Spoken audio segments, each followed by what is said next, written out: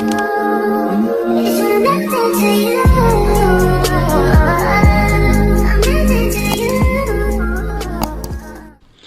y'all, welcome back to my channel. My name is Lex. If you're new here, if you're not, welcome back. Let's just get right into the nitty-gritty. Let's talk about why I'm going to be stopping Mounjaro Zepbound on my 3-year anniversary. So the previous job that I was at was hospital based. They covered my medication for the last 2.5, 3 years. No issues. When I say no issues, like slightly. I had to get a prior authorization after about 8 months in. That went, well, it didn't go smooth. They denied my initial PA and then I had to appeal it. I appealed it myself. I got it approved. After that initial hump, I was smooth sailing. About a 1.5 years after that, my job had decided, because it was hospital based, that every employee on a GLP-1 needed to go through either this specific program that they now had, or you had to have already been like dieting and exercising, and your doctor had to have documented all of that to show proof that you had been in or been doing some type of workout program prior to. I did not do the program. I was dieting and exercising prior on paper, okay? Because as you all know, I did not diet, because this is not a diet, this is a lifestyle change, and I damn sure didn't exercise, okay? A little 1-2 step in the gym, like on the treadmill, 10, 15, 20 minutes is the max I was doing. And that was very much so not consistent, but on paper, I was able to exercise and diet and lose such and such weight.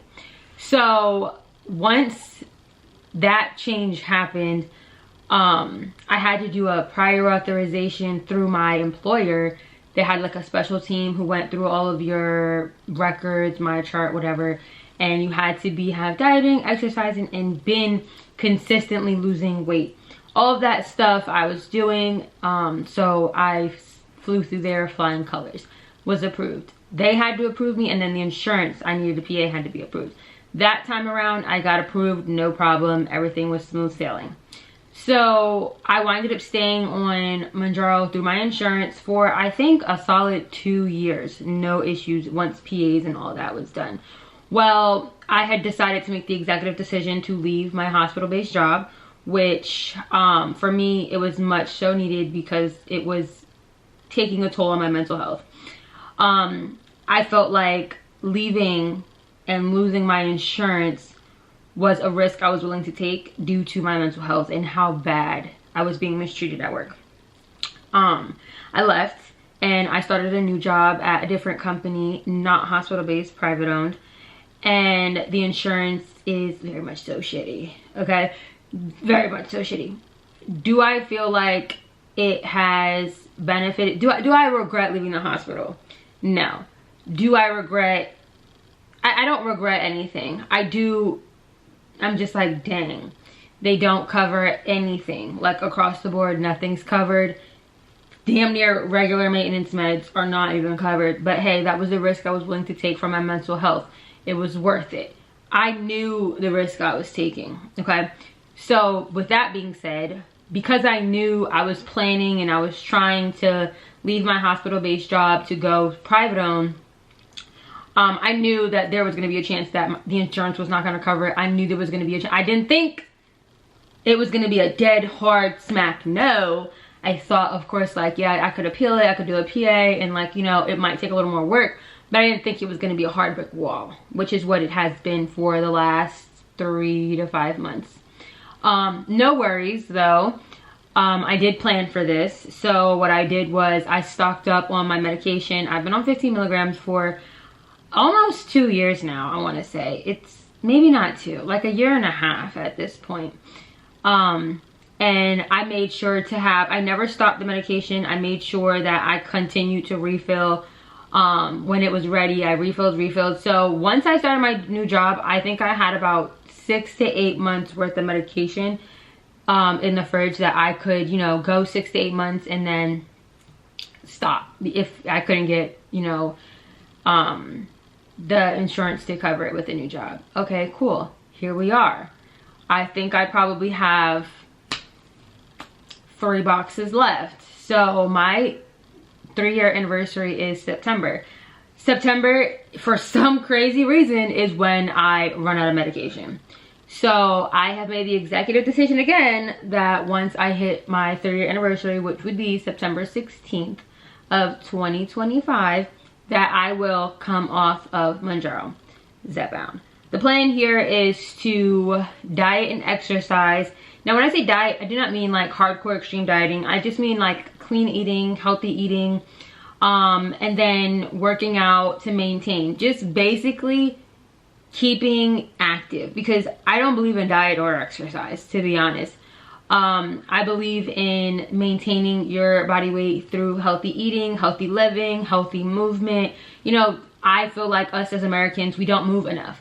So as I've lost more and more and more weight, I've come to the realization that I simply just need to move more. It's not as deep as going to the gym, working out, you know, damn near killing yourself, and just, no, too dramatic. It's, you're wasting your time. You're not getting any results, okay? You're really not getting any results, not the results that you want anyway.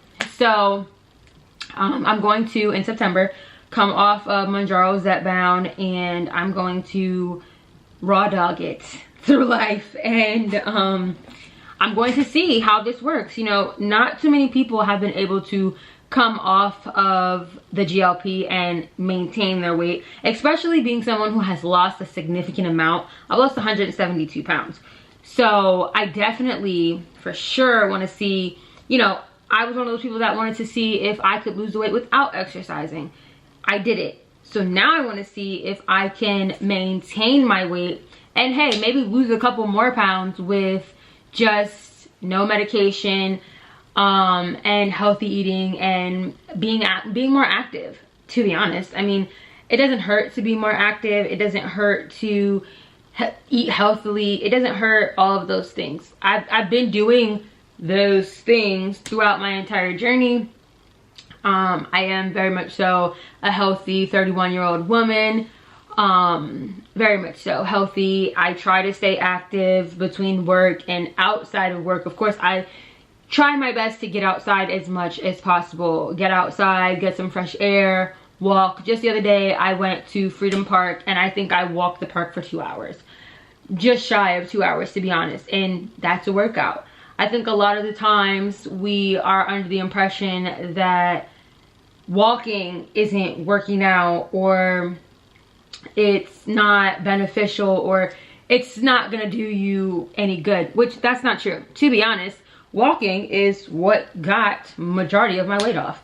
Outside of healthy eating and the medication, I would walk when I was semi-consistent in the gym. I would walk, you know, 20-30 minutes. I might have a good week where I could walk, let's say 30 minutes 4 days out the week, and that week I might have lost a little more weight.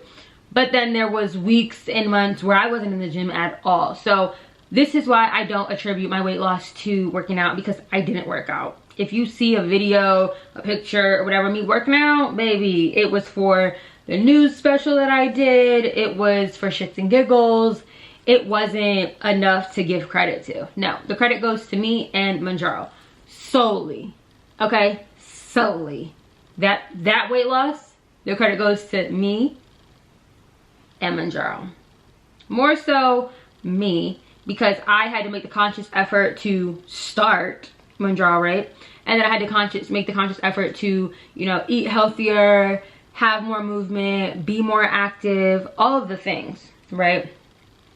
So here we are, 2.5 years later, and I'm down 172 pounds. I went from 365 pounds to 193. I mean, I personally love my new body.